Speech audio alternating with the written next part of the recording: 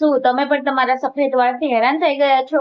અત્યારે તો સફેદ વાળ આપણને નાની ઉંમરમાં આવવા લાગે છે અને એના લીધે આપણે કેટલા ઉંમરમાં મોટા દેખાઈએ છીએ, આપણને એવું લાગે છે ને આપણને ગમતા તો નથી, પણ આપણે કરીએ શું?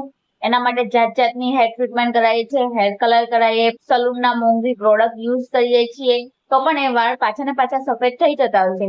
ઘણી વાર આપણે ઘરગથ્થુ ઉપચાર કરતા હોય તો પણ એ પાછા થોડાક ટાઈમ માટે લાલ કે સોનેરી કલર ના થઈ જાય, પછી પાછા એ સફેદ વાળ થવા જ લાગે છે.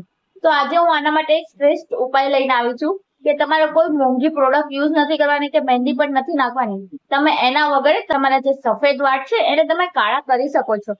કરવાનું શું કે દૂધી લેવાની, તેને ખમણીને તેને સૂકવી નાખવાની.